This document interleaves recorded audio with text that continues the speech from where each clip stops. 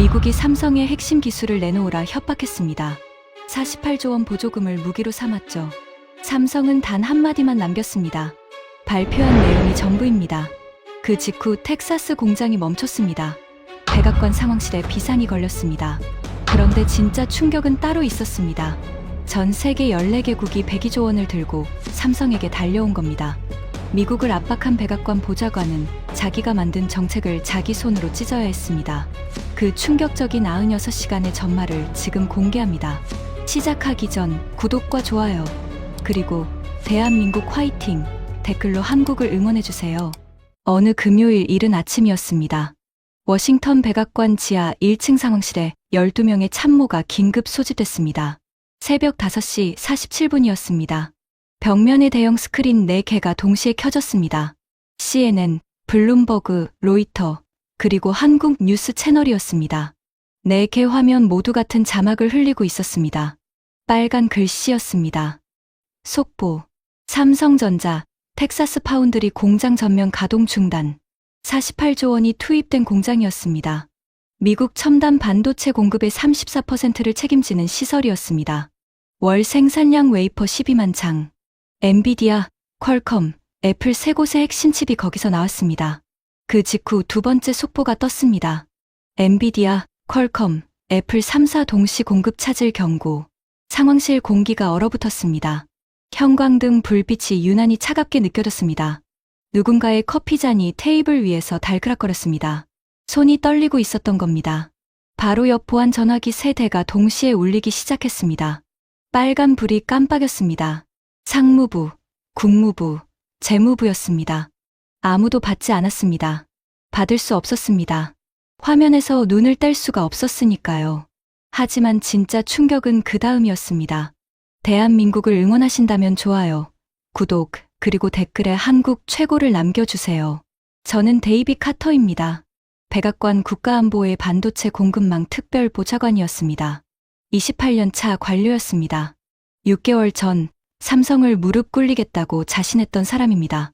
그리고 96시간 만에 제가 무릎을 꿇은 사람입니다. 그날 아침 상황실에서 저는 12번 좌석에 앉아 있었습니다. 맨 끝자리였습니다. 화면을 보면서 심장이 바닥으로 꺼지는 느낌을 받았습니다. 등에 식은땀이 흘렀습니다. 셔츠가 등에 달라붙었습니다. 왜냐하면 저 화면에 뜬 모든 것이 제 작품이었으니까요. 삼성을 압박하라고 설계한 사람이 저였습니다.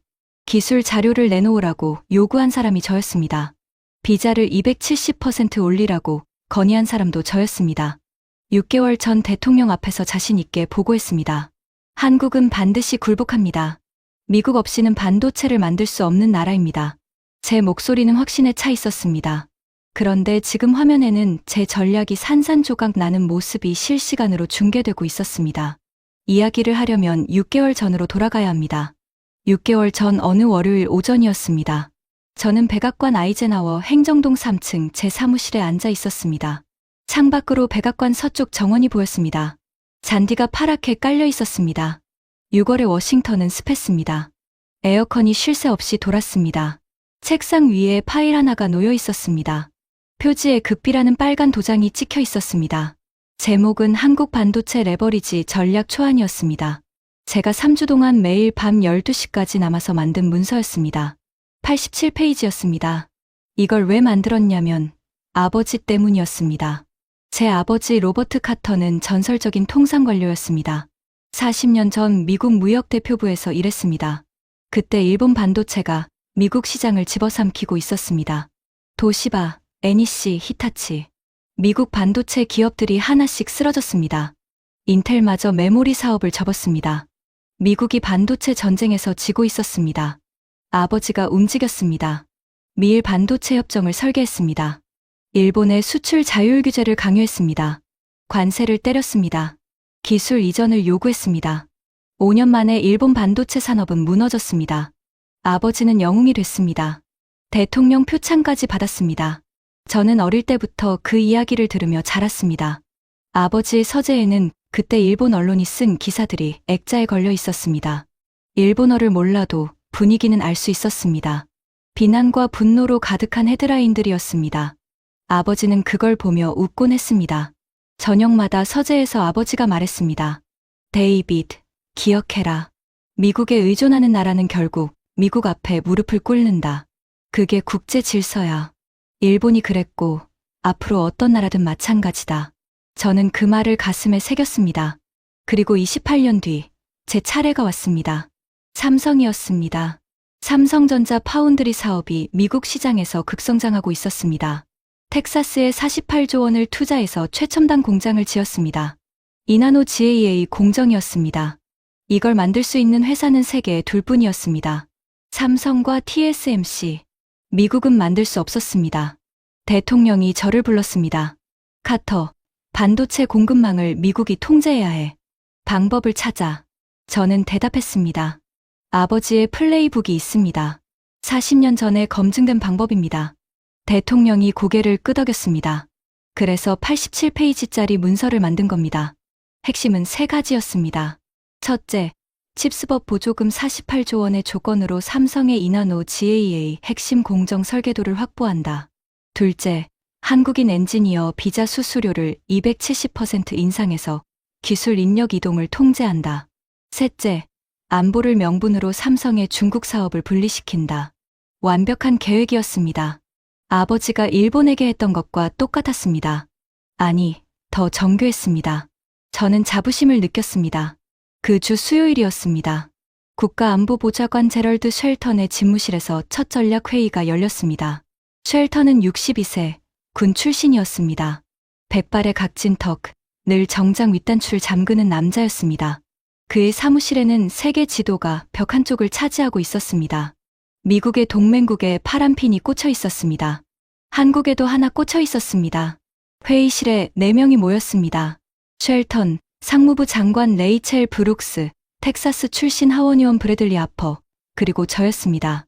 제가 87페이지 문서를 설명했습니다. 20분이 걸렸습니다. 설명이 끝나자 쉘턴이 먼저 입을 열었습니다. 그의 목소리는 낮고 건조했습니다. 카터, 한국이 거부하면 어떻게 되지? 저는 자신 있게 대답했습니다. 거부할 수 없습니다. 48조 원 보조금이 걸려 있습니다. 미국 시장 접근권이 걸려 있습니다. 삼성은 미국 없이 파운드리 사업을 유지할 수 없습니다. 쉘턴이 입꼬리를 올렸습니다. 웃는 건지 비웃는 건지 알 수 없는 표정이었습니다. 한국은 고분고분한 동맹이야. 항상 그랬지. 주한미군 방위비 협상 때도 결국 우리 조건을 받아들였어.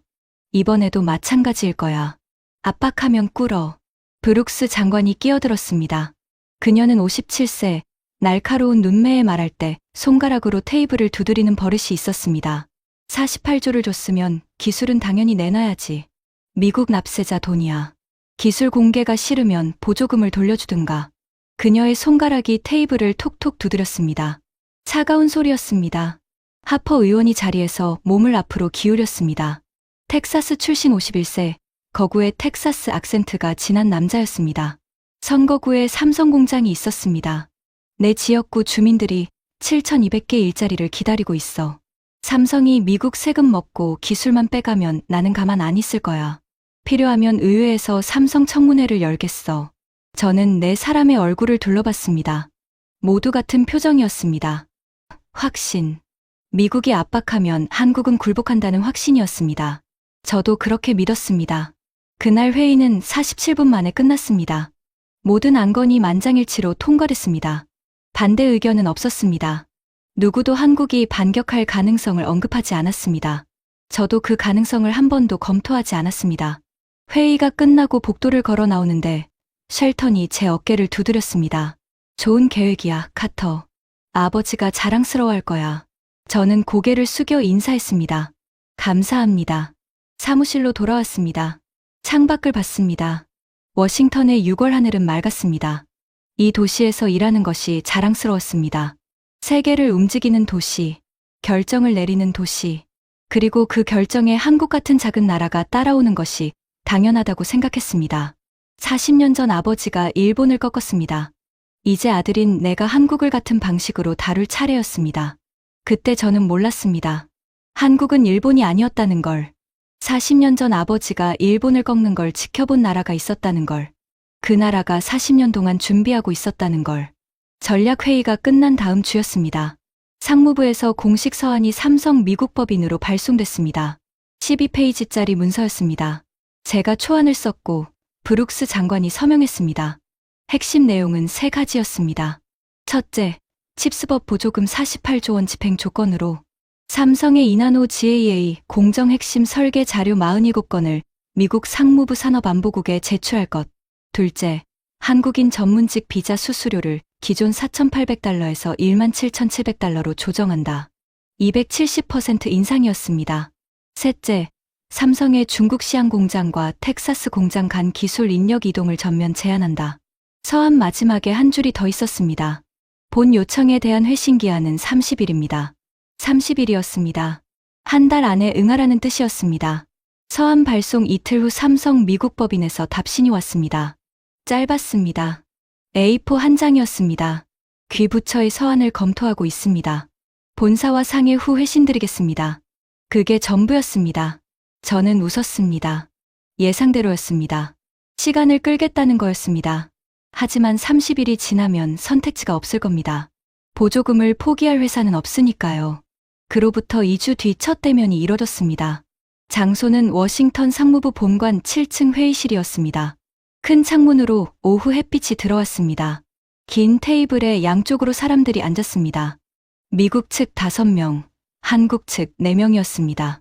한국 측 대표가 들어왔습니다. 박재현 삼성 미국 법인 부사장이었습니다. 50대 초반, 보통 체격의 검은 뿔테 안경을 쓴 남자였습니다. 걸음이 조용했습니다. 표정이 읽히지 않았습니다. 악수했습니다. 손이 건조하고 단단했습니다. 제가 먼저 말했습니다. 오래 기다렸습니다. 박재현이 고개를 살짝 숙였습니다. 죄송합니다. 본사 검토에 시간이 필요했습니다. 자리에 앉았습니다. 저는 테이블 맞은편에서 박재현을 봤습니다. 그는 앞에 놓인 서류를 펼치지 않았습니다. 그냥 두 손을 테이블 위에 가지런히 올려놓고 있었습니다. 제가 먼저 운을 뗐습니다. 미국 정부의 요청사항은 3가지입니다. 서한에 명시한 대로입니다. 기술 자료 제출, 비자 조정, 중국 사업 분리. 삼성의 공식 입장을 듣고 싶습니다. 박재현이 고개를 끄덕였습니다. 천천히 입을 열었습니다. 보좌관님, 저희는 3가지 요청을 모두 검토했습니다. 저는 귀를 기울였습니다. 첫째, 이나노 GAA 공정 설계 자료 47건은 삼성전자의 핵심 영업 비밀입니다. 제출이 어렵습니다. 둘째, 비자 수수료 270% 인상은 텍사스 공장 운영에 필요한 한국인 엔지니어 파견을 심각하게 제한합니다. 재검토를 요청합니다. 셋째, 중국 시안 공장과 텍사스 공장의 인력 분리는 현실적으로 불가능합니다. 양쪽 모두 동일한 전문 인력풀에 의존하고 있습니다. 3가지 모두 거절이었습니다. 말투는 정중했지만 내용은 단호했습니다. 회의실이 조용해졌습니다. 미국 측 참모들이 제 얼굴을 봤습니다. 저는 표정을 바꾸지 않았습니다. 예상한 반응이었습니다. 처음에는 다 거절합니다. 40년 전 일본도 그랬습니다. 중요한 건 2번째, 3번째 만남이었습니다. 저는 천천히 말했습니다. 박 부사장, 이해합니다. 하지만 현실을 직시하셔야 합니다. 삼성 파운드리 매출의 41%가 미국 시장입니다.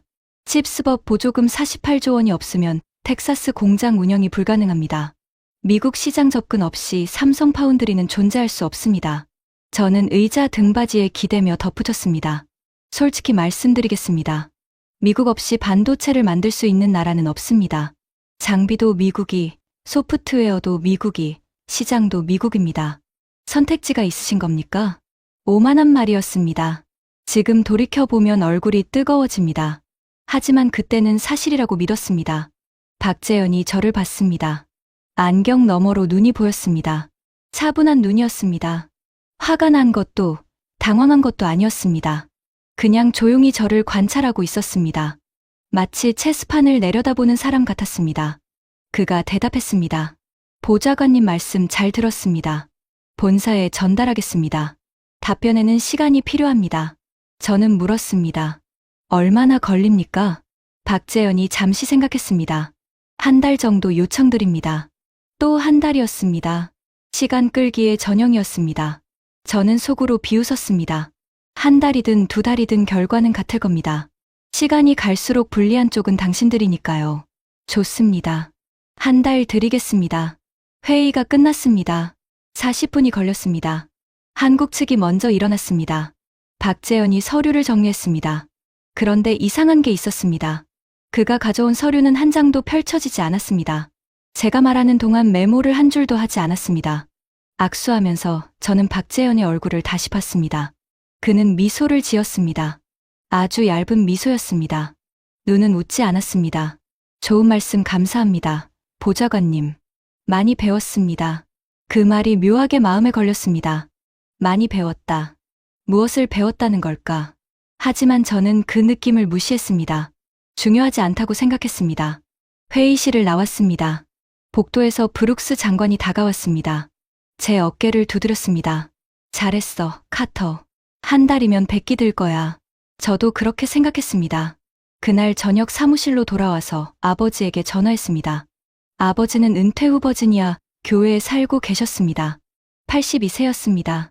아버지, 오늘 삼성과 첫 미팅이었습니다. 아버지가 물었습니다. 어땠니? 예상대로입니다. 처음에는 거절했습니다. 하지만 선택지가 없어요. 한 달 안에 굴복할 겁니다. 전화기 너머로 아버지가 잠시 침묵했습니다. 그리고 물었습니다. 데이비드, 한 가지만 물어보마. 그 삼성이라는 회사, 처음 만난 사람이 어떻던? 저는 대답했습니다. 조용했습니다. 별로 저항하지 않았습니다. 아버지가 다시 침묵했습니다. 5초쯤 지났습니다. 40년 전에 일본 사람들은 처음 만남에서 고함을 질렀다. 테이블을 쳤다. 분노했다. 그래서 나는 안심했지. 감정적인 상대는 이기기 쉬우니까. 아버지가 조용히 덧붙였습니다. 하지만 조용한 상대는 조심해야 한다. 조용하다는 건 이미 생각을 끝냈다는 뜻일 수 있거든. 저는 웃었습니다. 아버지, 걱정 마세요. 한국은 일본보다 작은 나라입니다. 미국한테 의존하는 정도는 일본보다 훨씬 큽니다. 문제 없어요. 아버지가 한숨을 쉬었습니다. 그래, 내 판단을 믿는다. 하지만 기억해라. 조용한 상대를 가장 경계해야 한다. 저는 알겠다고 대답하고 전화를 끊었습니다. 그날 밤 집으로 돌아왔습니다. 아내는 이미 잠들어 있었습니다. 서재에 앉았습니다. 책상 위에 아버지와 찍은 사진이 있었습니다. 10년 전 아버지가 은퇴할 때 무역대표부 앞에서 찍은 사진이었습니다. 두 사람 다 웃고 있었습니다. 사진을 보면서 생각했습니다. 아버지는 일본을 꺾었다. 나는 한국을 꺾을 것이다. 카터 가문의 두 번째 승리가 될 것이다. 위스키를 한 잔 따랐습니다. 입에 댔습니다. 버번의 쓴맛이 혀에 퍼졌습니다. 나쁘지 않은 맛이었습니다. 그때 저는 이 맛이 패배의 전주곡이 될 줄 몰랐습니다. 한 달이 지났습니다. 삼성에서 답이 없었습니다. 두 달이 지났습니다. 여전히 답이 없었습니다. 저는 초조해지기 시작했습니다. 하지만 걱정하지 않았습니다. 침묵은 항복의 전조라고 생각했습니다.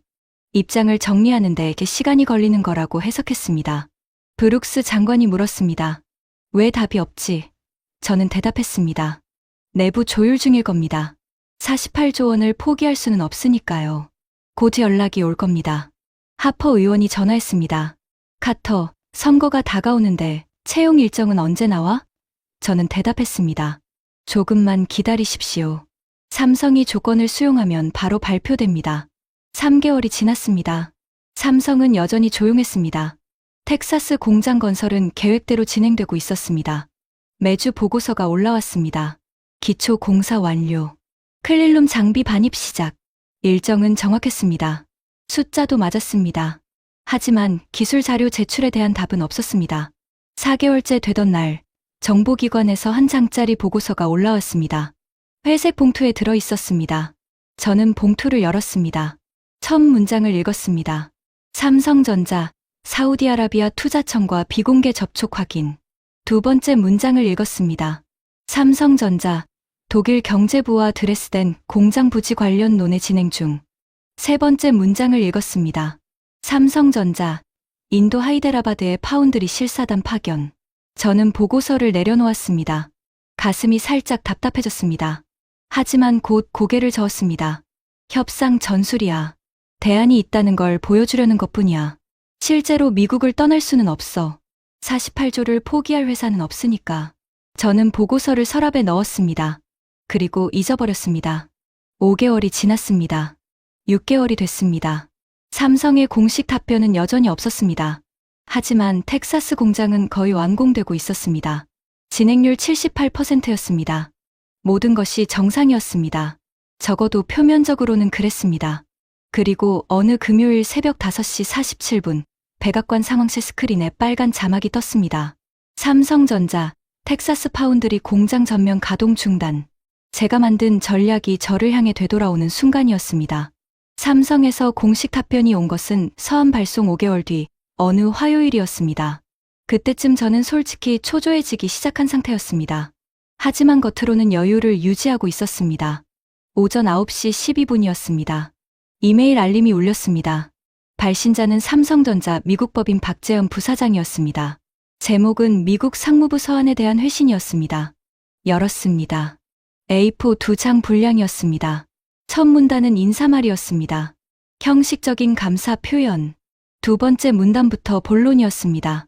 첫째, 이나노 GAA 공정 핵심 설계 자료 47건은 삼성전자의 존립과 직결되는 영업 비밀입니다. 어떠한 형태로든 외부 제출은 불가합니다. 둘째, 비자 수수료 270% 인상에 대해 유감을 표합니다. 텍사스 공장 운영에 필수적인 한국인 핵심 엔지니어 320명의 파견이 사실상 불가능해집니다. 셋째, 중국 시안 공장과 텍사스 공장의 인력 분리 요구는 글로벌 운영 효율을 심각하게 저해합니다. 수용이 어렵습니다. 5개월을 기다려서 받은 답이 이것이었습니다. 세 가지 모두 거절. 첫 미팅 때와 달라진 것이 하나도 없었습니다. 저는 모니터를 2번 봤습니다. 혹시 뒤에 단서 조항이라도 있나 싶어서였습니다. 협상의 여지, 타협안, 조건부 수용. 아무것도 없었습니다. 마지막 문장이 눈에 들어왔습니다. 삼성전자는 미국과의 파트너십을 소중히 여기며 상호 존중에 기반한 대화를 지속하기를 희망합니다. 상호 존중. 이 네 글자가 마음에 걸렸습니다. 예의 바른 말이었지만 뒤집어 읽으면 뜻이 달랐습니다. 지금은 존중이 아니다. 당신들의 태도가 문제다. 그런 뜻이었습니다. 저는 전화기를 들었습니다. 쉘턴 보좌관에게 보고했습니다. 삼성이 전면 거절했습니다. 쉘턴이 잠시 침묵했습니다. 그리고 물었습니다. 카터, 2단계로 넘어갈 준비는 됐나? 저는 대답했습니다. 준비돼 있습니다. 2단계, 87페이지, 문서의 24페이지에 있는 내용이었습니다. 압박 강화 시나리오, 삼성이 거절할 경우의 대응 방안이었습니다. 보조금 동결, 기술 수출 통제 강화, 의회 청문회 카드. 저는 자신 있었습니다. 이제부터 진짜 압박이 시작되는 겁니다. 일본도 처음에는 거절했습니다. 하지만 2단계에서 무릎을 꿇었습니다. 한국도 마찬가지일 겁니다. 그날 오후 3시 상무부에서 두 번째 공식 서한이 발송됐습니다. 이번에는 8페이지였습니다. 내용은 날카로웠습니다. 칩스법 보조금 48조 원 집행을 잠정 보류합니다. 기술 자료 제출 확인 후 재개됩니다. 한국인 전문직 비자에 대한 보안 심사가 강화됩니다. 처리 기간이 기존 2주에서 12주로 연장됩니다. 삼성전자의 미국 내 장비 구매에 대해 최종 사용자 인증 절차가 추가됩니다. 사실상 삼성을 옥죄는 조치였습니다. 돈줄을 막고 사람을 막고 장비를 막았습니다. 저는 서한을 읽으면서 고개를 끄덕였습니다. 이 정도면 한 달 안에 항복합니다. 삼성의 반응은 이틀 후에 왔습니다. 역시 짧았습니다. A4 한 장도 안 됐습니다. 그리부처의 통보를 접수하였습니다. 내용을 검토하고 있습니다. 그게 전부였습니다. 분노도 없었습니다. 항의도 없었습니다. 협상 요청도 없었습니다. 그냥 접수하였습니다. 검토하고 있습니다. 두 문장이었습니다. 저는 이상하다고 느꼈습니다. 이건 보통 반응이 아니었습니다. 40년 전 일본은 미국의 2단계 압박에 외교 채널을 총동원했습니다. 대사가 뛰어다녔습니다. 장관급 전화가 빗발쳤습니다. 그런데 한국은, 삼성은 조용했습니다. 너무 조용했습니다. 아버지의 말이 떠올랐습니다. 조용한 상대를 가장 경계해야 한다. 하지만 저는 다시 그 생각을 밀어냈습니다. 조용한 건 포기의 신호일 수도 있으니까요. 어쩔 수 없다는 걸 받아들이는 과정일 수도 있으니까요. 그 후 3주가 지났습니다. 삼성에서 아무 연락이 없었습니다. 텍사스 공장 건설은 계속됐습니다. 진행률이 85%가 됐습니다. 거의 완공이었습니다. 하지만 기술 자료는 한 건도 오지 않았고 보조금은 동결 상태였습니다. 저는 매일 아침 이메일을 확인했습니다. 삼성 발신 메일을 필터링해놨습니다. 매일 0건이었습니다. 하루, 이틀, 일주일, 한 달. 0건이 계속됐습니다. 이 침묵이 저를 불안하게 만들기 시작한 건 그 즈음이었습니다. 하지만 저는 그 불안을 인정하지 않았습니다. 대신 다른 일에 집중했습니다. 의회 보고서를 쓰고 다른 반도체 기업들과의 회의에 참석하고 저녁에는 아내와 저녁을 먹었습니다. 정상적인 일상이었습니다. 적어도 그때까지는요. 삼성의 침묵이 계속되는 동안 이상한 소문들이 돌기 시작했습니다. 처음 소문을 들은 건 CIA 경제정보분석관 마크 제퍼슨에게서였습니다. 점심시간에 백악관 구내식당에서 마주쳤습니다. 그가 트레이를 들고 제 옆에 앉았습니다. 카터, 삼성 건 너 담당이지? 네. 왜요? 마크가 목소리를 낮췄습니다. 사우디에서 좀 이상한 움직임이 있어. 삼성 고위 임원급 인사가 지난 2달 사이에 리야드를 3번 방문했어. 사우디 투자청 부청장하고 만났어. 저는 포크를 내려놓았습니다. 3번이요? 이전 정보 보고에는 1번이라고 됐는데. 마크가 고개를 끄덕였습니다. 처음엔 1번이었어. 그런데 추가 분석하니까 3번이야. 그것도 점점 체류 기간이 길어지고 있어. 첫 번째는 하루, 두 번째는 3일, 세 번째는 일주일이야. 저는 물을 마셨습니다. 목이 갑자기 건조해졌습니다. 뭘 논의했는지 알아? 마크가 어깨를 으쓱했습니다. 구체적인 내용은 모르겠어. 하지만 사우디 쪽에서 네옴시티 2단계 부지 측량을 최근에 시작했다는 건 알아. 반도체 클러스터 규모야. 네옴시티. 사우디가 수백조를 투입하는 초대형 미래 도시 프로젝트였습니다. 거기에 반도체 클러스터라. 저는 이 말을 문질렀습니다. 마크가 덧붙였습니다. 독일도 움직이고 있어. 드레스덴 시의회가 비공개 회의를 열었는데 안건이 대형 반도체 공장 유치 인센티브야. 삼성이라는 이름은 안 나왔지만 규모를 보면 삼성밖에 없어. 저는 트레이를 밀어냈습니다. 식욕이 사라졌습니다. 사무실로 돌아와서 서랍을 열었습니다. 4개월 전 무시하고 넣어둔 정보 보고서를 꺼냈습니다. 삼성전자, 사우디 투자청과 비공개 접촉. 삼성전자, 독일 경제부와 드레스덴 논의. 삼성전자, 인도 하이데라바드 실사단 파견. 그때는 협상 전술이라고 치부했던 내용들이었습니다.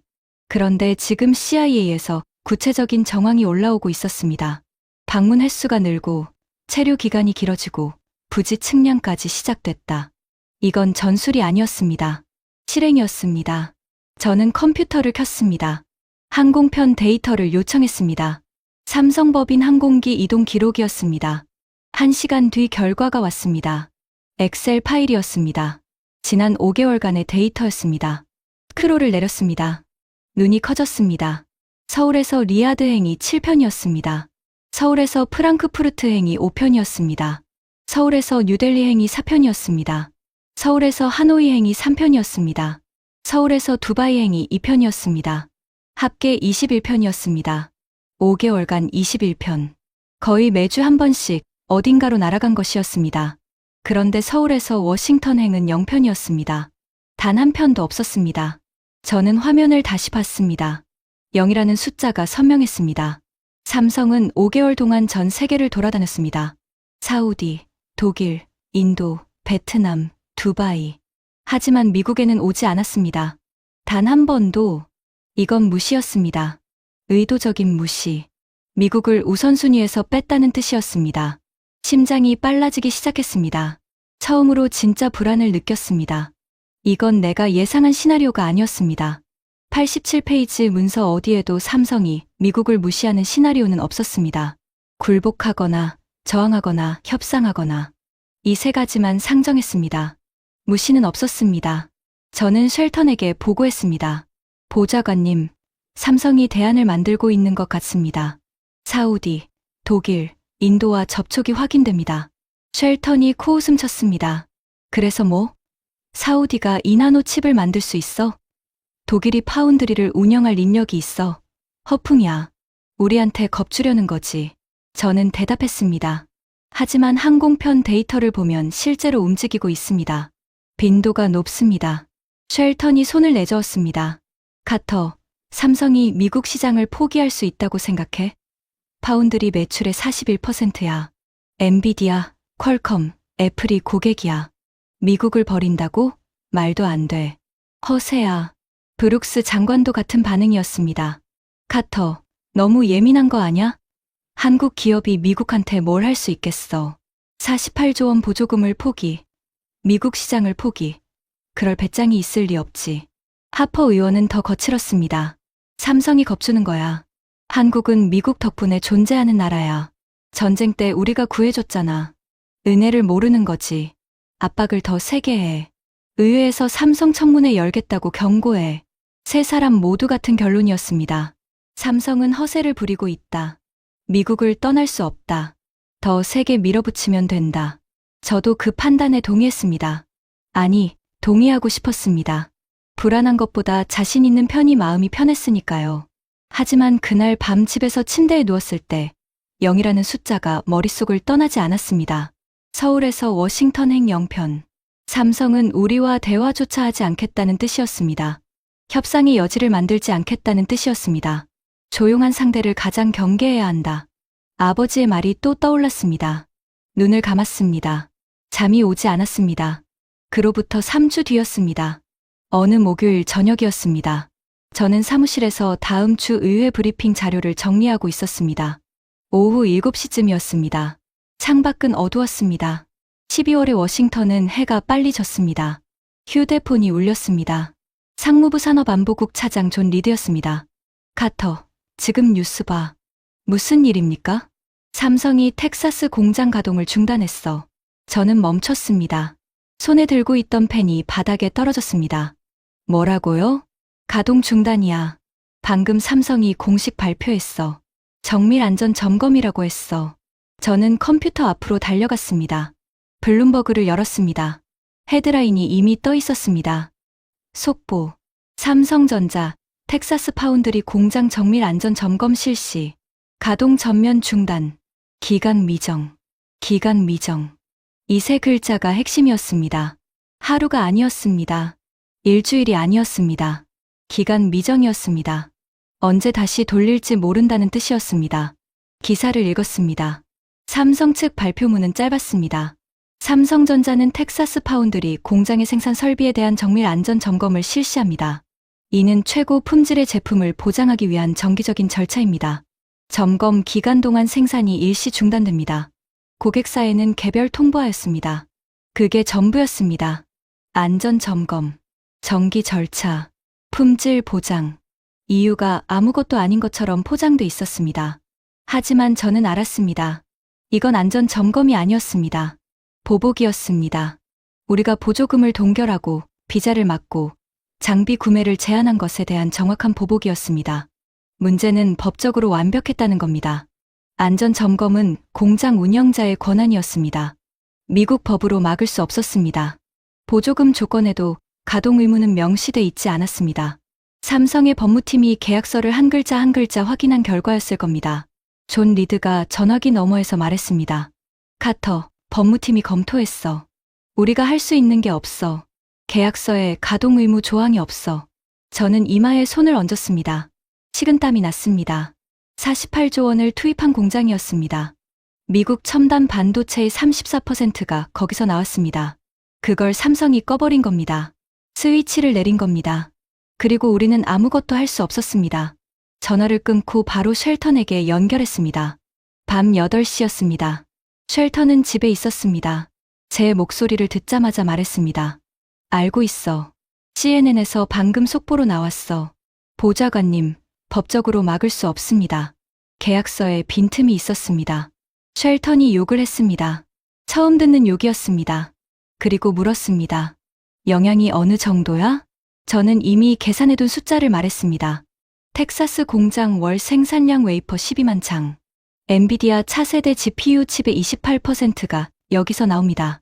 퀄컴 오지 모뎀 칩의 34%가 여기서 나옵니다. 애플 자체 설계 칩의 17%가 여기서 나옵니다. 가동이 2주만 멈춰도 공급 차질이 시작됩니다. 한 달이면 대형 리콜 사태가 올 수 있습니다. 전화기 너머에서 쉘턴의 숨소리가 거칠어졌습니다. 카터, 내일 아침 7시 상황실. 대통령도 참석해. 알겠습니다. 전화를 끊었습니다. 사무실에 혼자 앉아 있었습니다. 형광등이 우문거렸습니다. 밤 8시 30분이었습니다. 건물은 거의 비어 있었습니다. 복도에서 청소기 소리가 들렸습니다. 저는 책상 서랍을 열었습니다. 87페이지짜리 문서를 꺼냈습니다. 표지에 한국 반도체 레버리지 전략이라는 제목을 봤습니다. 제가 6개월 전에 자신만만하게 작성한 문서였습니다. 24페이지를 펼쳤습니다. 삼성 거절 시 대응 시나리오였습니다. 시나리오 A, B, C, D. 4가지가 있었습니다. 보조금 동결, 수출 통제 강화, 의회 청문회, 외교 압력. 전부 우리가 삼성을 압박하는 시나리오였습니다. 삼성이 우리를 압박하는 시나리오는 하나도 없었습니다. 삼성이 공장을 꺼버리는 시나리오는 상상도 하지 못했습니다. 저는 문서를 서랍에 다시 넣었습니다. 손이 떨렸습니다. 집에 가지 못했습니다. 소파에서 잠을 청했습니다. 잠이 오지 않았습니다. 천장을 보며 누워 있었습니다. 아버지의 얼굴이 떠올랐습니다. 10년 전 은퇴식 날 자부심 가득한 표정으로 제 어깨를 두드리던 아버지. 데이빗, 내 차례가 올 거야. 차례가 왔습니다. 하지만 아버지가 상상한 것과는 전혀 다른 방향이었습니다. 다음 날 금요일 새벽 5시 47분이었습니다. 이 이야기에 처음으로 돌아온 겁니다. 백악관 지하 1층 상황실. 12명의 참모. 4개의 스크린. 빨간 속보 자막. 저는 밤새 못 자고 출근한 상태였습니다. 눈이 충혈돼 있었습니다. 셔츠가 구겨져 있었습니다. 넥타이는 차에서 급히 맸습니다. 상황실 문이 열렸습니다. 대통령이 들어왔습니다. 모두 일어섰습니다. 대통령이 손짓으로 앉으라 했습니다. 얼굴이 굳어 있었습니다. 잠을 못 잔 것이 분명했습니다. 쉘턴이 먼저 브리핑을 시작했습니다. 대통령 각하, 삼성전자 텍사스 공장이 어젯밤 가동을 중단했습니다. 정밀 안전 점검이 명분입니다. 기간은 미정입니다. 대통령이 물었습니다. 막을 수 있나? 쉘턴이 저를 봤습니다. 카터. 저는 일어섰습니다. 목이 말랐습니다. 물을 한 모금 마시고 말했습니다. 각하, 법적으로 막을 수 없습니다. 칩스법 보조금 계약에 공장 가동 의무 조항이 없습니다. 안전 점검은 운영자 권한입니다. 대통령의 눈이 좁아졌습니다. 48조 원을 줬는데 가동 의무가 없다고? 저는 침을 삼켰습니다. 예, 각하. 보조금 조건은 투자 이행과 고용 목표였습니다. 생산 가동 의무는 명시되지 않았습니다. 누가 계약서를 그렇게 만들었나? 상황실이 조용해졌습니다. 12명이 숨을 죽였습니다. 저는 대답할 수 없었습니다. 계약서 초안에 참여한 사람 중 하나가 저였기 때문입니다. 하지만 그때는 가동 의무 조항이 필요하다고 생각하지 못했습니다. 삼성이 수십조를 투입한 공장을 스스로 꺼버릴 거라고 상상하지 못했으니까요. 브룩스 장관이 대신 대답했습니다. 각하, 당시에는 투자 이행이 핵심이었습니다.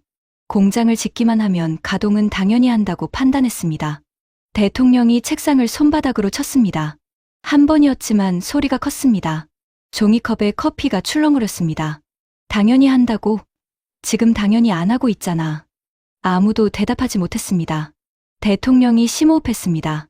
그리고 물었습니다. 피해 규모는? 제가 태블릿을 들었습니다. 준비해둔 자료를 열었습니다.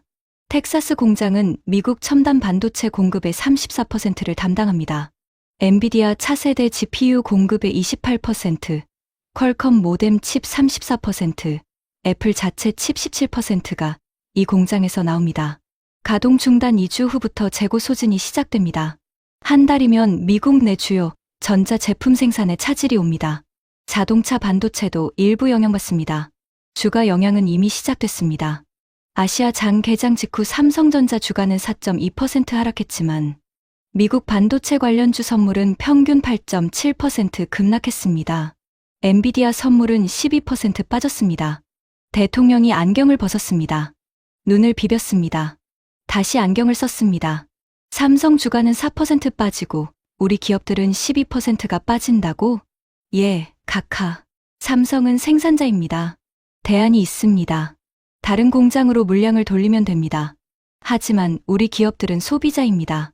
삼성에서 받는 칩을 당장 대체할 곳이 없습니다. 대통령이 자리에서 일어났습니다. 창문이 없는 상황실이었습니다. 벽을 보며 서 있었습니다. 등이 보였습니다. 어깨가 긴장돼 있었습니다. 대안은 뭐가 있나? 쉘턴이 대답했습니다. TSMC에 긴급 발주를 넣을 수 있습니다. 하지만 TSMC도 물량이 꽉 차 있습니다. 최소 6개월은 걸립니다. 6개월? 최소입니다. 현실적으로는 9개월에서 1년입니다. 대통령이 돌아섰습니다. 그 사이에 엔비디아, 퀄컴, 애플이 어떻게 돼? 저는 대답했습니다. 재고로 버팁니다. 하지만 3개월이 한계입니다. 상황실이 무거웠습니다. 에어컨 소리만 들렸습니다. 대통령이 다시 앉았습니다. 삼성이 뭘 원하는 거야? 쉘턴이 저를 봤습니다. 저는 대답해야 했습니다. 각하, 삼성은 공식적으로 아무 요구도 하지 않았습니다. 안전 점검이라고만 했습니다. 하지만 비공식적으로 해석하면 기술 자료 제출 요구, 철회, 비자 수수료 원상 복구, 보조금 동결 해제를 원하는 것으로 보입니다. 대통령이 물었습니다. 우리가 먼저 손 내밀면 되는 거 아닌가? 쉘턴이 고개를 저었습니다. 각하, 그렇게 하면 미국이 한국 기업한테 굴복한 꼴이 됩니다. 의회가 가만 안 있을 겁니다. 대통령이 입술을 깨물었습니다. 그 순간 상황실 문이 열렸습니다. 비서관이 급히 들어왔습니다. 손에 태블릿을 들고 있었습니다. 각하, 엔비디아 젠슨 황 회장이 긴급 통화를 요청하고 있습니다. 퀄컴 CEO도 대기 중입니다. 애플팀 쿡도 연락이 왔습니다. 3명 다 오늘 중으로 통화를 원합니다. 대통령이 쉘턴을 봤습니다. 쉘턴이 저를 봤습니다. 저는 바닥을 봤습니다. 가동 중단 12시간이 채 되지 않았는데 미국 3대 빅테크 CEO가 동시에 대통령을 찾고 있었습니다. 그들의 요구가 뭔지는 안 봐도 알았습니다. 삼성과 해결해라. 지금 당장. 대통령이 말했습니다. 카터, 삼성과 대화 채널을 열어. 비공식적으로. 조용히. 알겠습니다, 각하. 상황실을 나왔습니다. 복도를 걸었습니다. 다리가 후들거렸습니다. 6개월 전 같은 복도를 걸으며 아버지의 플레이북으로 한국을 꺾겠다고 자신했던 것이 떠올랐습니다. 지금 같은 복도를 걸으며 삼성에게 대화를 요청하러 가고 있었습니다. 사무실로 돌아왔습니다. 휴대폰을 꺼냈습니다. 박재현 부사장 번호를 찾았습니다. 5개월 전 첫 미팅 때 명함을 받았었습니다. 번호를 눌렀습니다. 신호음이 울렸습니다. 1번, 2번, 3번. 여보세요. 박재현의 목소리였습니다. 차분했습니다. 새벽 6시가 넘은 시각이었는데 잠에서 깬 목소리가 아니었습니다. 이미 깨어 있었습니다. 아니, 어쩌면 잠을 자지 않았을지도 모릅니다. 박 부사장, 카터입니다. 데이빗 카터. 아, 보좌관님. 안녕하십니까. 그의 목소리에 놀라움이 없었습니다. 제 전화를 예상하고 있었다는 뜻이었습니다. 박 부사장, 텍사스 공장건에 대해 이야기하고 싶습니다. 박재현이 잠시 멈췄습니다. 2초쯤이었습니다. 무슨 건 말씀이십니까? 정밀 안전 점검건이요? 이 사람은 끝까지 안전 점검이라는 프레임을 유지할 작정이었습니다. 저는 이를 악물었습니다. 예, 안전 점검건입니다. 점검 기간이 얼마나 걸릴지 알고 싶습니다. 박재현이 대답했습니다. 아직 확정되지 않았습니다. 기술팀이 평가 중입니다. 안전이 최우선이니까요. 저는 속으로 욕이 나왔습니다. 하지만 참았습니다. 박 부사장, 솔직히 말씀드리겠습니다. 미국 정부는 이 상황을 심각하게 보고 있습니다. 대화가 필요합니다. 비공식적으로라도. 박재현이 다시 잠시 침묵했습니다. 이번에는 3초였습니다. 보좌관님, 저도 솔직히 말씀드리겠습니다. 대화는 언제든 환영합니다. 하지만 대화의 전제가 있습니다. 상호 존중이요. 상호 존중. 5개월 전 이메일에서 봤던 그 단어였습니다. 이번에는 직접 목소리로 들었습니다. 정중했지만 날카로웠습니다. 저는 대답했습니다. 무슨 뜻인지 알겠습니다. 박재현이 말했습니다. 알아주시니 감사합니다. 본사와 상의 후 연락드리겠습니다. 언제쯤 연락을 받을 수 있습니까? 박재현이 대답했습니다. 시간이 필요합니다. 얼마나요? 충분한 시간이요. 전화가 끊겼습니다. 충분한 시간. 이번에도 구체적인 기한은 없었습니다. 저는 수화기를 내려놓았습니다. 손에 땀이 배어 있었습니다. 가동 중단 첫째 날이 끝나갈 무렵 상황은 이미 걷잡을 수 없이 커지고 있었습니다. 오후 2시 월스트리트가 열렸습니다. 나스닥이 개장 직후 2.3% 급락했습니다. 반도체 지수는 5.8% 빠졌습니다. 엔비디아가 12.4% 폭락했습니다. 하루 만에 시가총액 2,800억 달러가 증발했습니다. 우리 돈으로 약 370조 원이었습니다. 한편 삼성전자 주가는 서울장에서 4.2% 하락한 후 반등해서 결국 1.8% 하락으로 마감했습니다. 시장은 삼성이 대안을 갖고 있다고 판단한 겁니다. 삼성은 잃는 게 적고 미국은 잃는 게 많은 구도. 가불이 뒤집히는 순간이었습니다. 오후 4시 CNN이 특별 보도를 시작했습니다. 앵커가 말했습니다. 삼성전자의 텍사스 공장 가동 중단으로 미국 반도체 공급망에 비상이 걸렸습니다. 전문가들은 이번 사태가 미국의 과도한 기술 요구에 대한 삼성의 반발이라고 분석하고 있습니다. 화면이 바뀌었습니다. 텍사스 공장 항공 촬영이었습니다. 거대한 건물이 보였습니다. 하지만 주차장이 텅 비어 있었습니다. 앵커가 덧붙였습니다. 이 공장은 미국 세금 48조 원이 투입된 시설입니다. 현재 가동이 전면 중단된 상태입니다. 하퍼 의원이 TV에 나왔습니다. 기자가 물었습니다. 의원님, 삼성의 가동 중단에 대해 어떻게 생각하십니까? 하퍼가 카메라를 노려봤습니다. 이건 경제적 인질극입니다. 미국 세금으로 지은 공장을 인질로 잡고 있는 겁니다. 용납할 수 없습니다. 그런데 기자가 후속 질문을 던졌습니다. 하지만 의원님, 일부에서는 미국 정부가 삼성의 과도한 기술 공개를 요구한 것이 원인이라는 분석이 있습니다. 하퍼의 얼굴이 붉어졌습니다. 과도하다고? 48조를 줬으면 기술을 보여주는 게 당연하지 않나? 한국은 미국 덕분에 살아남은 나라야. 은혜를 모르는 거지. 댓글 반응이 폭발했습니다. 하지만 하퍼가 기대한 방향이 아니었습니다. 미국 시민들의 댓글이 쏟아졌습니다. 48조 준 건 투자지 선물이 아니야. 기술 공개를 요구한 건 갈취 아닌가. 삼성이 미국을 떠나면 우리가 더 손해야. 여론이 갈리고 있었습니다. 정부가 의도한 삼성 압박이 역풍을 맞고 있었습니다. 밤 9시 저는 사무실에 혼자 앉아 있었습니다. 휴대폰에 부재중 전화가 47통 쌓여 있었습니다. 문자는 130개였습니다. 의원실, 상무부, 국무부, 재무부, 미디어. 사방에서 전화가 왔습니다. 전부 같은 질문이었습니다. 어떻게 할 건가? 저는 아무에게도 답하지 못했습니다. 답이 없었으니까요. 가동 중단 둘째 날 토요일이었습니다. 새벽 4시에 눈을 떴습니다. 사무실 소파에서 잤습니다. 목이 뻣뻣했습니다. 컴퓨터를 켰습니다. 이메일을 확인했습니다. 맨 위에 있는 메일이 눈에 들어왔습니다. 발신자 이름을 보고 심장이 멈추는 줄 알았습니다. 사우디아라비아 투자청이었습니다. 수신자는 삼성전자였습니다. 우리 정보기관이 가로챈 사본이었습니다. 기밀 등급 표시가 붙어 있었습니다. 제목은 전략적 파트너십 제안이었습니다. 열었습니다. 읽었습니다. 손이 떨렸습니다. 삼성전자 귀중. 사우디아라비아 투자청은 삼성전자의 다음과 같은 조건의 전략적 파트너십을 제안합니다. 총 투자 규모 210억 달러, 우리 돈 28조 원. 네옴시티 2단계 구역 내 반도체 클러스터 부지 50만 평 무상 제공. 20년간 법인세 전액 면제. 전력, 용수 50% 할인 공급. 이익금 전액 본국 송금 보장. 한국인 기술 인력 3,500명에 대한 특별 비자 무제한 발급. 기술 자료 제출 요구 없음. 삼성의 기술 주권 완전 존중. 마지막 줄이 가장 충격적이었습니다. 모하메드 빈 살만 왕세자께서 이재용 회장과의 직접 면담을 요청하십니다. 왕세자가 직접 움직이고 있었습니다. 28조 원을 들고서 저는 화면을 다시 읽었습니다. 기술 자료 제출 요구 없음. 삼성의 기술 주권 완전 존중.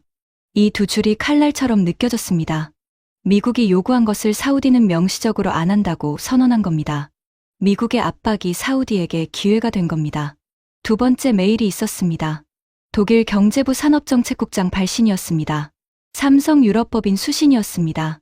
드레스덴 파운드리 공장 유치 인센티브 패키지. 부지 45만 평 무상 제공. 15년 세금 감면. EU 반도체법 보조금 120억 유로 우선 배정. 기술 자료 요구 없음. 세 번째 메일. 인도 산업부 차관 발신. 하이데라바드 반도체 특구 조성 계획. 토지, 세금, 인프라 전부 지원. 규모 80억 달러. 네 번째 메일. 베트남 투자청. 하노이 근교 반도체 단지 제안. 30억 달러 규모. 다섯 번째. 아랍에미리트. 아부다비 반도체 허브 구상. 50억 달러. 저는 메일을 하나씩 열 때마다 등에서 땀이 흘렀습니다. 삼성이 텍사스 가동을 중단한 지 24시간이 채 지나지 않았습니다.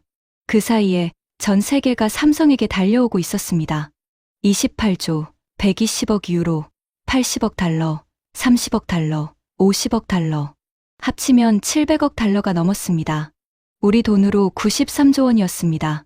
48조 원 보조금으로 삼성을 협박한 미국을 비웃기라도 하듯이 전 세계가 그 두 배를 들고 줄을 서고 있었습니다. 저는 의자에 주저앉았습니다. 천장을 봤습니다. 흰색 천장이었습니다.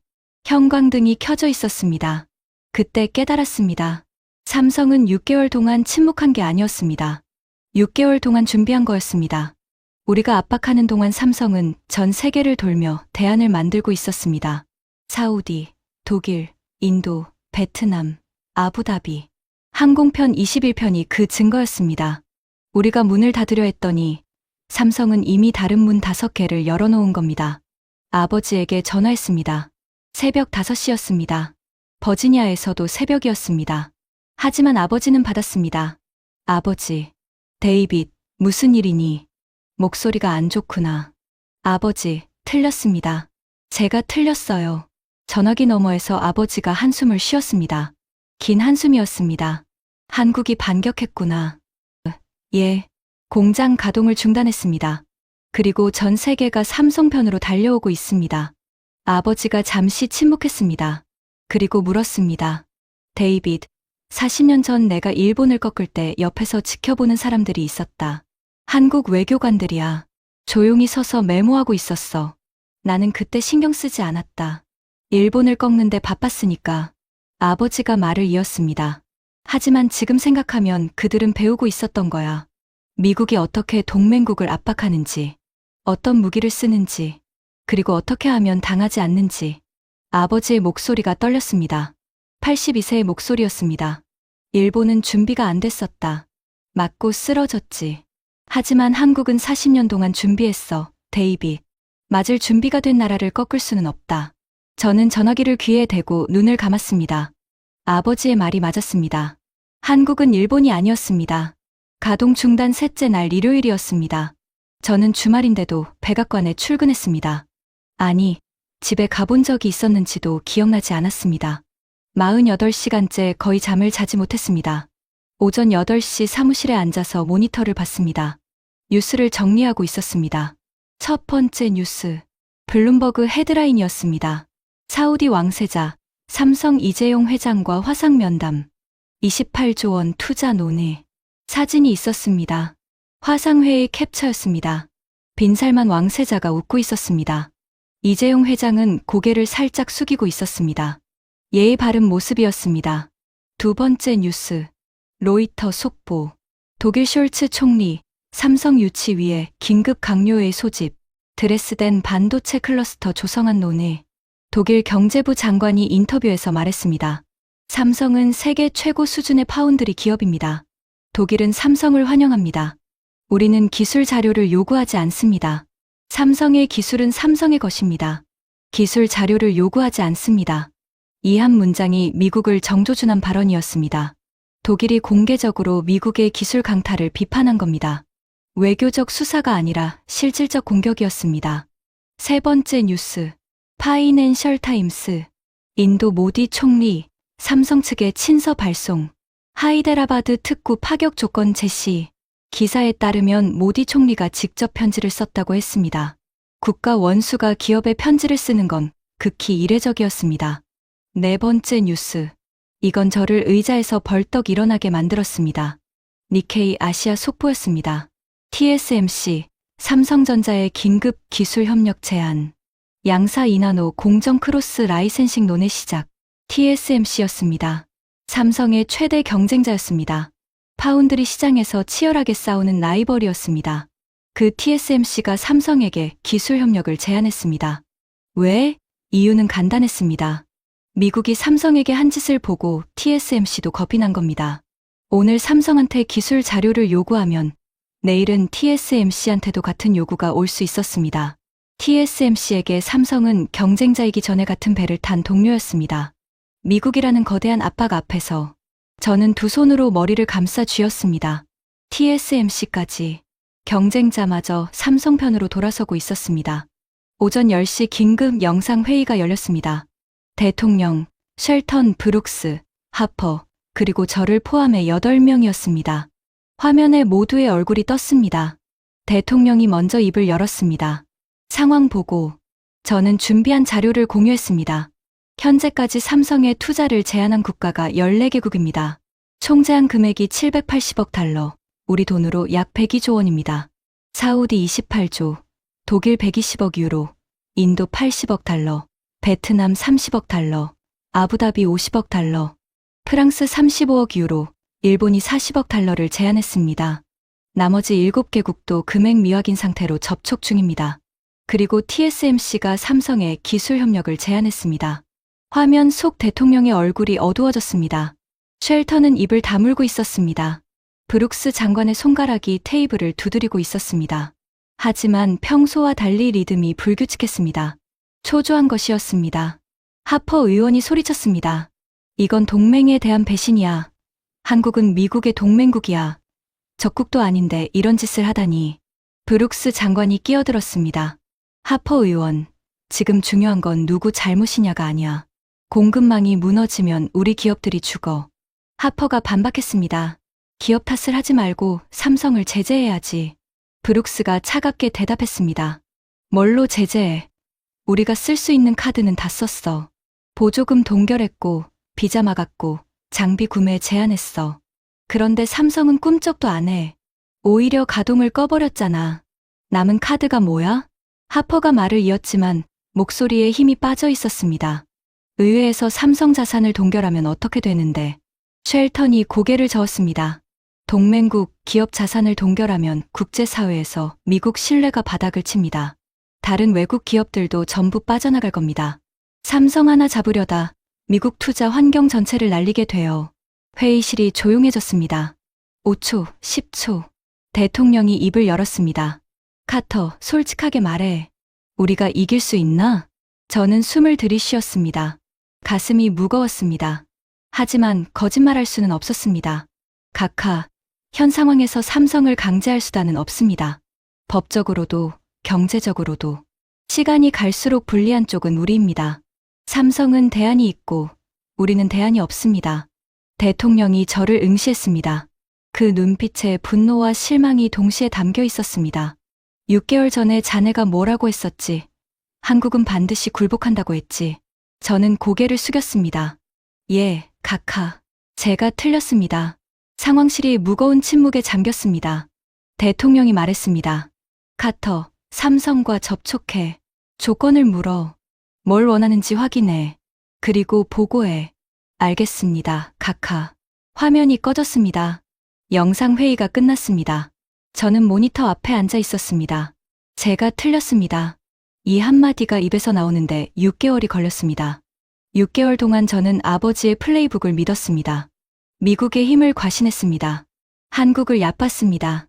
그 대가가 지금 돌아오고 있었습니다. 오후 1시 저는 박재현에게 다시 전화했습니다. 박 부사장, 카터입니다. 미국 정부는 삼성과 대화할 준비가 됐습니다. 조건 없이. 박재현이 잠시 침묵했습니다. 그리고 물었습니다. 조건 없이요? 예, 조건 없이. 박재현이 대답했습니다. 목소리가 차분했습니다. 변함없이 차분했습니다. 감사합니다, 보좌관님. 본사에 전달하겠습니다. 언제 답을 받을 수 있습니까? 박재현이 대답했습니다. 본사에서 검토하면 연락드리겠습니다. 저는 물었습니다. 대략적인 기간이라도 알 수 없습니까? 박재현이 말했습니다. 정확한 시기를 말씀드리기 어렵습니다. 하지만 한 가지 말씀드릴 수 있는 건 저희도 대화를 원한다는 겁니다. 다만 시기와 방식은 저희가 정하고 싶습니다. 시기와 방식은 저희가 정하고 싶습니다. 이 말이 모든 걸 설명했습니다. 주도권이 완전히 넘어간 겁니다. 6개월 전에는 우리가 30일 기한을 줬습니다. 지금은 삼성이 시기를 정한다고 했습니다. 갑과 을이 뒤바뀌었습니다. 전화를 끊었습니다. 오후 3시 CNN을 켰습니다. 특별 보도가 또 나오고 있었습니다. 이번에는 워싱턴 국무부 청사 앞이었습니다. 상무부 장관 레이첼 브룩스가 브리핑룸에 서 있었습니다. 기자가 물었습니다. 장관님, 삼성 공장 가동 중단이 미국 정부의 기술 요구 때문이라는 분석이 있습니다. 브룩스가 원고를 받습니다. 미국 정부는 공급망 안정을 위해 모든 노력을 하고 있습니다. 삼성은 중요한 파트너입니다. 대화 채널은 열려 있습니다. 기자가 다시 물었습니다. 기술 자료 제출 요구를 철회할 용의가 있습니까? 브룩스 장관이 잠시 멈췄습니다. 모든 옵션을 검토 중입니다. 3일 전만 해도 브룩스는 48조를 줬으면 기술은 당연히 내놔야지라고 했습니다. 지금은 모든 옵션을 검토 중이라고 했습니다. 말이 바뀌었습니다. 또 다른 기자가 물었습니다. 미국이 진 겁니까? 브룩스의 입이 굳었습니다. 승패의 문제가 아닙니다. 파트너십의 문제입니다. 하지만 그녀의 목소리에 힘이 없었습니다. 저는 화면을 보면서 생각했습니다. 파트너십. 3일 전에는 협박하더니 지금은 파트너십이라고. 48시간 만에 단어가 바뀌었습니다. 저녁 7시 하루가 끝나가고 있었습니다. 가동 중단 72시간째였습니다. 저는 사무실에 혼자 앉아 있었습니다. 책상 위에 87페이지짜리 문서가 펼쳐져 있었습니다. 한국 반도체 레버리지 전략. 표지를 봤습니다. 6개월 전 밤마다 12시까지 남아서 만든 문서였습니다. 아버지의 플레이북을 현대화한 걸작이라고 자부했던 문서였습니다. 페이지를 넘겼습니다. 3페이지. 전략 목표. 삼성전자의 핵심 기술을 확보하여 미국 반도체 공급망의 자주성을 확보한다. 7페이지. 핵심 가정. 삼성은 미국 시장에 의존적이므로 이탈 가능성은 극히 낮다. 24페이지. 삼성 거절 시 대응 시나리오. 4가지 시나리오 모두 미국이 주도권을 갖고 있다는 전제였습니다. 삼성이 미국을 무시하는 시나리오는 없었습니다. 삼성이 공장을 꺼버리는 시나리오도 없었습니다. 전 세계가 삼성 편으로 달려오는 시나리오도 없었습니다. 경쟁자인 TSMC마저 삼성과 손잡는 시나리오도 없었습니다. 87페이지 중 현실에 맞는 내용은 하나도 없었습니다. 저는 문서를 덮었습니다. 서랍에 넣었습니다. 그리고 열쇠를 잠갔습니다. 이 문서는 다시 꺼내지 않을 것이었습니다. 창밖을 봤습니다. 워싱턴의 12월 밤이었습니다. 가로등 불빛이 보였습니다. 백악관 잔디밭에 서리가 내려앉아 있었습니다. 추운 밤이었습니다. 72시간이었습니다. 제가 설계한 전략이 무너지는데 72시간이면 충분했습니다. 그리고 다음 날 아침, 4번째 날에 저는 제 손으로 항복 문서에 서명하게 됩니다. 가동 중단 넷째 날 월요일 아침이었습니다. 96시간째였습니다. 새벽 6시에 백악관에 도착했습니다. 복도가 이미 사람들로 붐비고 있었습니다. 평소 월요일 아침과 전혀 달랐습니다. 보좌관들이 서류를 들고 빠르게 걸어 다녔습니다. 전화 통화 소리가 여기저기서 들렸습니다. 전쟁이 난 것 같은 분위기였습니다. 사무실에 들어가자마자 전화가 울렸습니다. 쉘턴이었습니다. 카터, 대통령이 결정했어. 오전 중으로 처리해. 무슨 결정입니까? 쉘턴이 잠시 침묵했습니다. 그리고 한 단어로 대답했습니다. 철회야. 알고 있었습니다. 예상했습니다.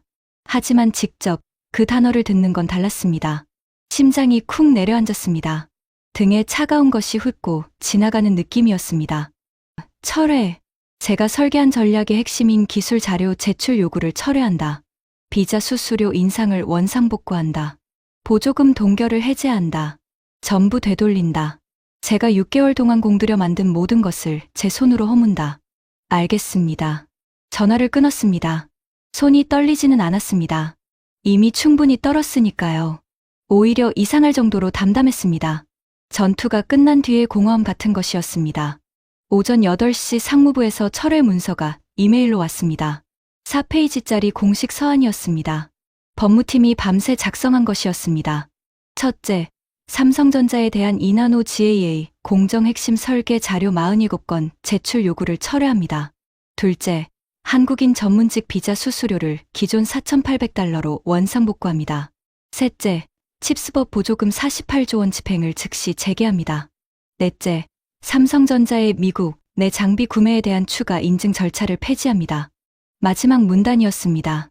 미국 정부는 삼성전자와의 파트너십을 중시하며 상호 존중에 기반한 협력을 지속하기를 희망합니다. 상호 존중. 5개월 전 삼성이 이메일에서 쓴 표현이었습니다.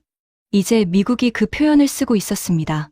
삼성이 요구한 단어를 미국이 받아 적은 겁니다. 서한 맨 아래에 서명란이 있었습니다. 상무부 장관 레이첼 브룩스 서명 옆에 빈칸 하나가 더 있었습니다. 백악관 NSC 반도체 공급망 특별보좌관 데이빗 카터. 제 이름이었습니다. 제가 서명해야 했습니다. 프린터에서 문서를 뽑았습니다. 따뜻한 종이가 나왔습니다. 책상 위에 놓았습니다. 펜을 들었습니다. 잠시 멈췄습니다. 펜촉이 종이 위에 닿기 직전이었습니다. 문서를 다시 읽었습니다. 제출 요구를 철회합니다. 비자를 원상복구합니다. 보조금을 재개합니다. 6개월 전 이 문서의 반대편을 제가 썼습니다. 기술을 내놓으라. 비자를 올려라. 보조금을 동결하라. 그 문서에도 제 서명이 있었습니다. 시작도 제가 했고 끝도 제가 하는 것이었습니다. 펜을 움직였습니다. 서명했습니다. 획이 또렷했습니다. 손이 안 떨린 건 체념한 덕분이었을 겁니다. 서명이 끝났습니다. 문서를 스캔해서 상무부로 보냈습니다. 오전 9시 30분 상무부에서 삼성 미국 법인으로 공식 서한이 발송됐습니다. 동시에 브룩스 장관이 기자 브리핑을 했습니다. 미국 정부는 삼성전자에 대한 기술 자료 제출 요구를 철회합니다. 비자 수수료를 원상복구하며 보조금 집행을 즉시 재개합니다. 이는 상호 존중에 기반한 파트너십을 강화하기 위한 조치입니다. 기자들이 손을 들었습니다. 장관님, 이건 미국이 삼성에 굴복한 것 아닙니까? 브룩스가 대답했습니다. 굴복이 아닙니다. 전략적 재조정입니다. 전략적 재조정. 워싱턴에서 패배를 포장하는 가장 흔한 표현이었습니다. 오전 10시 15분 삼성에서 답이 왔습니다. 박재현 부사장의 이메일이었습니다. 짧았습니다. 미국 정부의 결정을 환영합니다. 텍사스 공장 안전 점검은 마무리 단계에 있으며 조만간 가동을 재개할 예정입니다. 구체적 일정은 기술팀 검토 후 안내드리겠습니다. 조만간. 구체적 일정은 검토 후.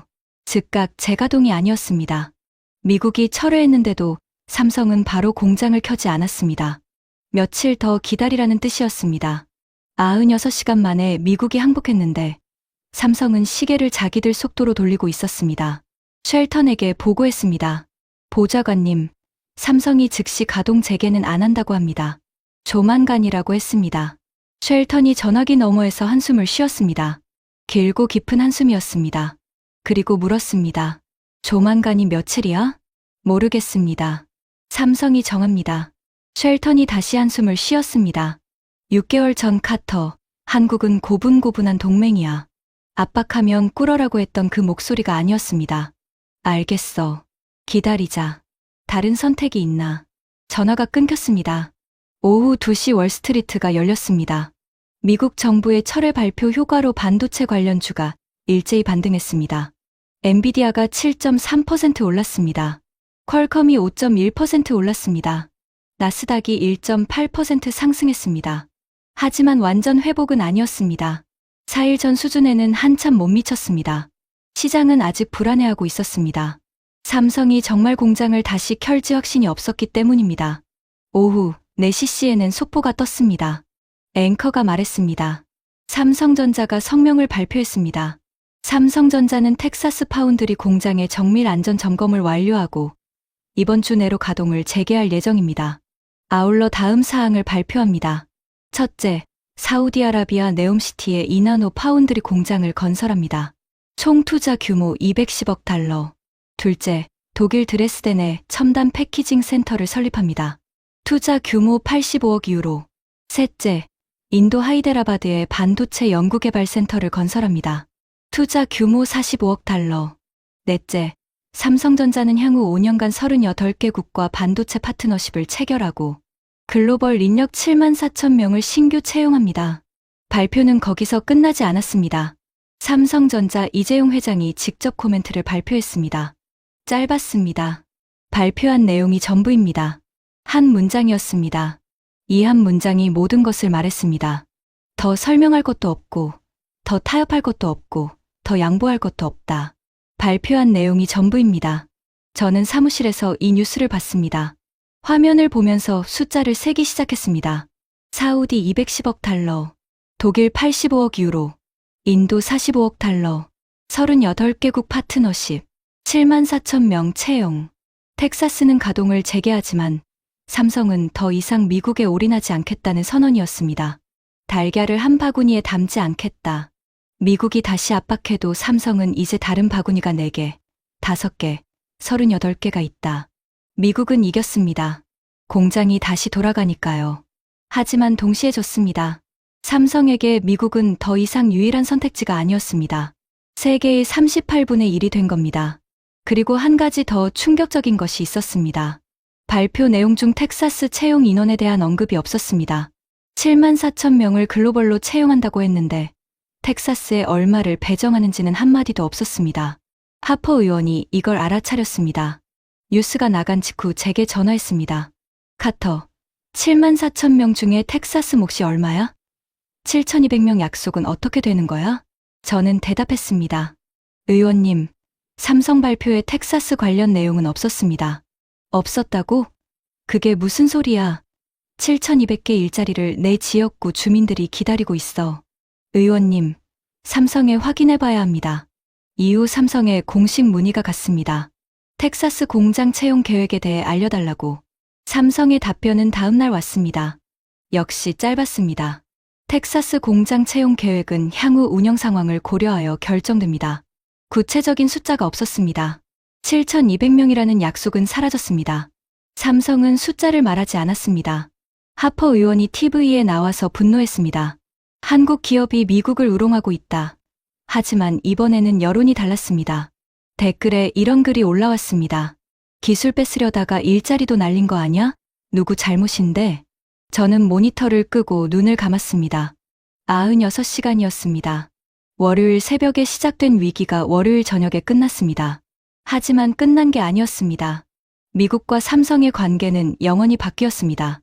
6개월 전 미국은 갑이었습니다.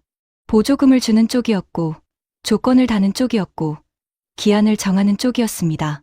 96시간 후 갑과 을이 뒤집혔습니다.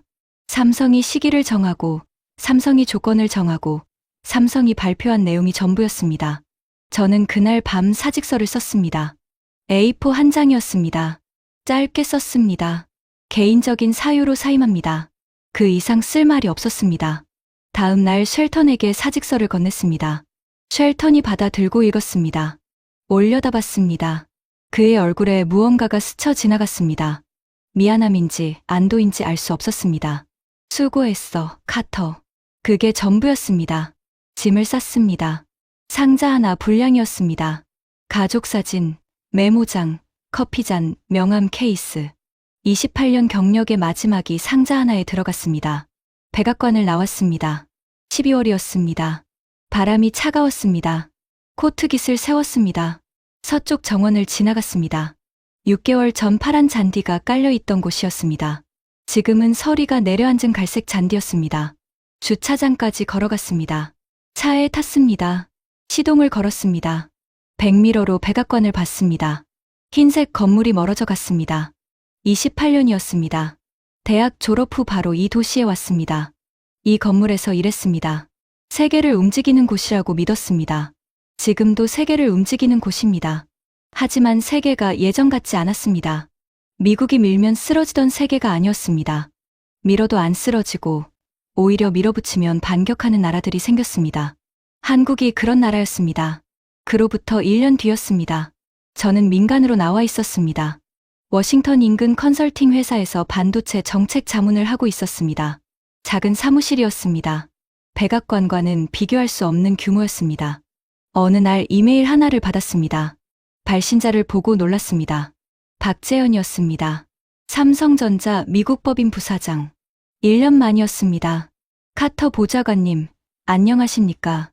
아니, 이제는 카터 씨라고 불러야겠군요. 삼성전자 평택 캠퍼스에 초대하고 싶습니다. 한국의 반도체 산업을 직접 보시겠습니까? 저는 한참을 화면을 봤습니다. 초대. 왜? 이유를 알 수 없었습니다. 하지만 무언가가 끌렸습니다. 가야 한다는 느낌이 들었습니다. 가겠습니다라고 답했습니다. 2주 후 인천공항에 내렸습니다. 처음 방문하는 한국이었습니다. 28년 동안 한국 반도체를 다루면서 한 번도 한국에 와본 적이 없었다는 사실이 부끄러웠습니다. 공항에서 차를 타고 1시간을 달렸습니다. 경기도 평택이었습니다. 삼성전자 반도체 캠퍼스였습니다. 차에서 내렸습니다. 입이 벌어졌습니다. 축구장 320개 크기라고 들었습니다. 하지만 숫자로는 알 수 없는 규모였습니다. 건물들이 끝없이 이어져 있었습니다. 깨끗한 도로, 정돈된 조경, 쉴 새 없이 드나드는 물류 차량. 하나의 도시였습니다. 반도체를 만드는 도시. 박재현이 입구에서 기다리고 있었습니다. 1년 만에 보는 얼굴이었습니다. 변하지 않았습니다. 검은 뿔테 안경, 조용한 걸음, 읽히지 않는 표정. 악수했습니다. 오래간만입니다. 카터 씨. 오래간만입니다. 박 부사장. 함께 캠퍼스를 걸었습니다. 박재현이 설명했습니다. 여기가 이나노 라인입니다. 세계에서 2곳만 가동 중인 공정이에요. 삼성과 TSMC. 이 건물 안에서 사람 손톱보다 작은 칩에 200억 개의 트랜지스터가 들어갑니다. 저는 클린룸 창문 너머를 봤습니다. 흰색 방진복을 입은 엔지니어들이 움직이고 있었습니다. 조용했습니다. 기계음만 낮게 울렸습니다. 공기가 맑았습니다. 세상에서 가장 깨끗한 공간이라고 했습니다. 캠퍼스를 돌아본 뒤 점심을 먹었습니다. 캠퍼스 내 식당이었습니다. 소박했습니다. 된장찌개와 불고기가 나왔습니다. 처음 먹는 한국 음식이었습니다. 된장의 깊은 맛이 혀에 퍼졌습니다. 나쁘지 않았습니다. 식사 중에 박재현이 물었습니다. 카터 씨, 한 가지 보여드릴 게 있습니다. 시간 괜찮으십니까? 괜찮습니다. 식사 후 박재현이 저를 데리고 간 곳은 캠퍼스 한쪽에 있는 작은 전시관이었습니다. 삼성 반도체 역사관이라는 표지가 걸려 있었습니다. 안으로 들어갔습니다. 벽면에 흑백 사진들이 걸려 있었습니다. 1970년대, 1980년대 사진이었습니다. 박재현이 사진 하나를 가리켰습니다. 이 사진 아십니까? 사막이었습니다.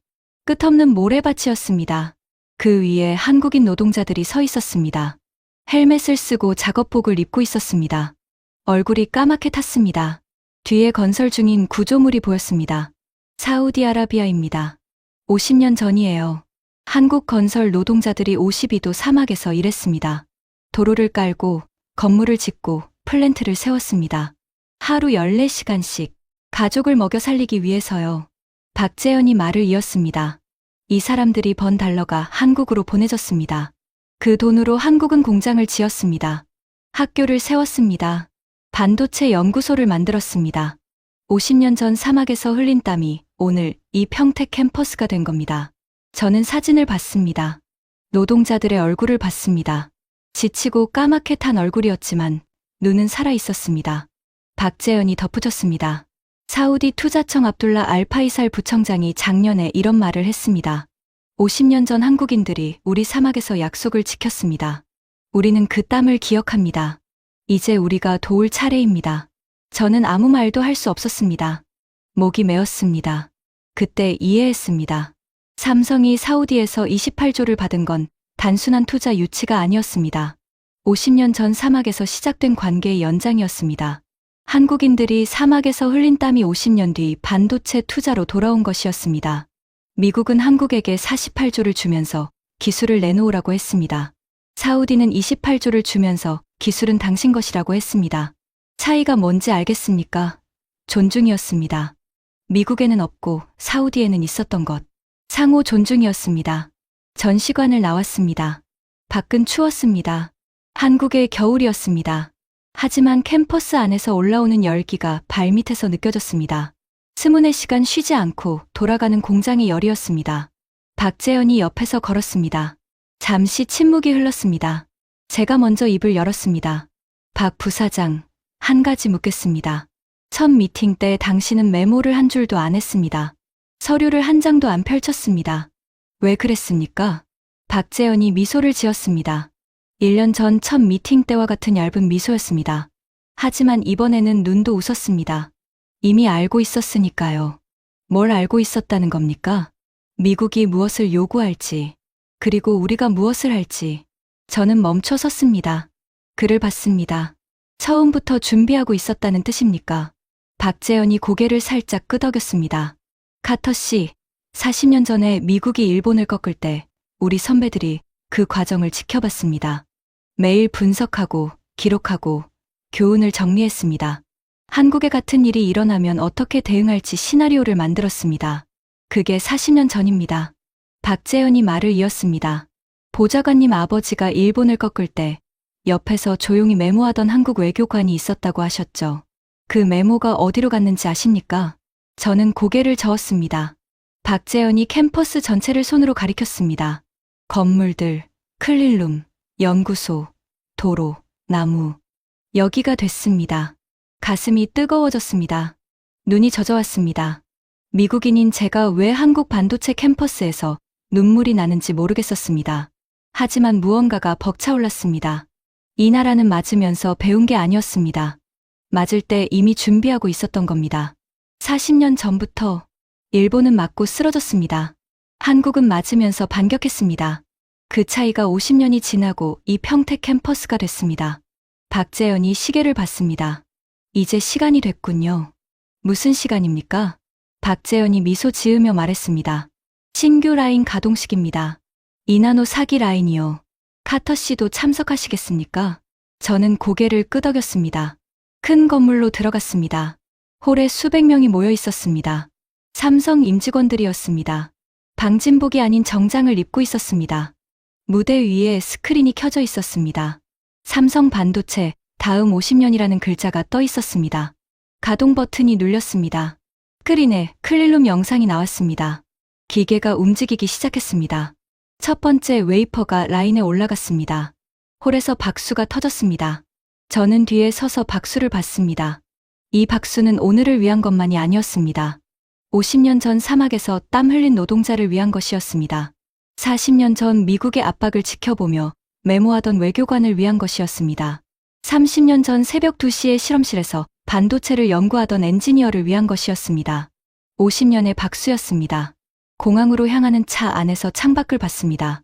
한국의 겨울 풍경이 지나갔습니다. 아파트, 논밭, 산, 고속도로. 작은 나라였습니다. 제가 28년 동안 작은 나라라고 불렀던 곳이었습니다. 하지만 이 작은 나라가 미국을 이겼습니다. 아니, 이긴 게 아닙니다. 준비한 겁니다. 40년, 50년 동안 꾸준히 준비한 거였습니다. 아버지에게 전화했습니다. 아버지, 데이비드, 어디야? 한국에 있습니다. 삼성 공장을 봤습니다. 전화기 너머에서 아버지가 잠시 침묵했습니다. 그리고 물었습니다. 어땠니? 저는 창밖을 보면서 대답했습니다. 아버지, 40년 전에 아버지 옆에서 메모하던 한국 사람들 기억하세요? 기억하지. 그 메모가 어디로 갔는지 오늘 알았습니다. 아버지가 묵묵히 듣고 있었습니다. 축구장 320개 크기의 반도체 공장이 됐습니다. 세계에서 2곳만 만들 수 있는 이나노 칩을 만드는 곳이요. 38개국이 줄 서서 기다리는 곳이요. 아버지가 물었습니다. 목소리가 떨렸습니다. 데이비드, 후회하니? 아니요. 후회는 안 합니다. 하지만 배웠습니다.